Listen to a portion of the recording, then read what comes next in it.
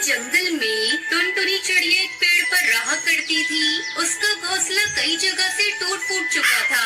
वो अपना एक मजबूत घोंसला बनाती है और उस घोंसले में 2 अंडे देती है। वो दिन रात अपने अंडों की देखभाल करती थी और कहीं आती जाती नहीं थी। हे भगवान, अब मैं क्या करूं? सारा अनाज खत्म हो गया। अब मैं क्या खाऊंगी? 2 दिन बीत गए, मैंने अनाज का एक भी दाना नहीं खाया। भूख के मारे मुझे तो चक्कर आ रहे हैं, लेकिन मैं करूं भी तो क्या? मैं अपने अंडों को छोड़कर कहीं जा भी नहीं सकती। अगर मेरे पीछे कोई मेरे अंडों का शिकार कर लेगा तो मैं क्या करूंगी? टुनटुनी भूख से बेहाल अपने घोंसले में उदास बैठी थी। तभी उस पेड़ के नीचे रहने वाला दुष्पास भुल्ला टुनटुनी को उदास देखकर उसके पास आता है। भुल्ला पास को अपने करीब देखकर टुनटुनी डर जाती है। तुम मुझसे क्यों डर रही हो? मुझसे डरने की कोई जरूरत नहीं। मैंने 1 महीने पहले ही मांस खाना छोड़ दिया है। अब मैं बूढ़ा हो चुका हूँ। जवानी में बहुत पाप कर लिए। अब मैं धर्म करना चाहता हूँ। आखिर एक दिन मुझे भी तो ऊपर भगवान के घर जाना है। वहाँ जाकर मैं भगवान को क्या मुँह दिखाऊंगा। इसलिए मैंने फैसला कर लिया है कि मैं अब सबकी मदद करूंगा। मैंने तुम्हें कई दिनों से घोंसले से बाहर जाते नहीं देखा, इसलिए तुम्हारा हाल चाल पूछने चला आया। टुनटुनी इस बास की चिकनी चुपड़ी बातों में आ जाती है।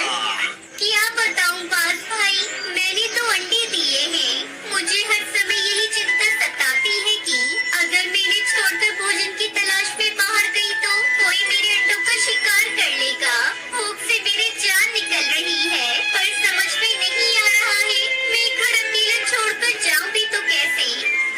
अरे पगली, तुम्हारा बुल्ला बाज है ना, तुम्हें भूखे रहने की क्या जरूरत? तुम अंडों की चिंता बिल्कुल भी मत करो। तुम जाकर भोजन कर लो। तब तक मैं तुम्हारे अंडों की देखभाल करता हूँ। मैं यही तुम्हारे अंडों के पास बैठकर माला फेरूंगा। ठीक है भुल्ला भैया, मैं अभी गई और अभी आई। आप मेरे अंडों की रक्षा करना।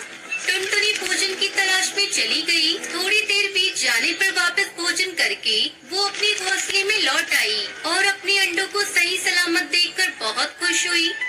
मैं बेकार में भुल्ला भैया पर शक कर रही थी। वो शायद सच में शाकाहारी हो गए हैं। धीरे धीरे समय गुजरने लगा। अब टुनटुनी के बच्चे अंडे से बाहर निकलने वाले थे। एक दिन टुनटुनी फिर से भोजन की तलाश में गई थी। कुछ देर बाद उसके घर सुंदरी कौवी आती है। आर्यो टुनटुनी, जरा दरवाजा खोलो, मुझे पानी चाहिए। मेरे घर पानी खत्म हो चुका है और प्यास से मेरा गला सूख रहा है।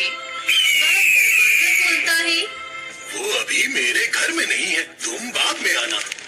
बास को टुनटुनी के घर में देखकर सुंदरी उल्टे पांव वहाँ से भाग जाती है। रास्ते में उसे टुनटुनी मिलती है। अरे टुनटुनी, तुम्हारे घर में दुष्पास को देखा। वो तुम्हारे घर में क्या कर रहा है? अरे वो तो भुल्ला भैया है, मेरी अंडों की देखभाल कर रही है। मैं उन्हें बिठाकर भोजन की तलाश में गई थी।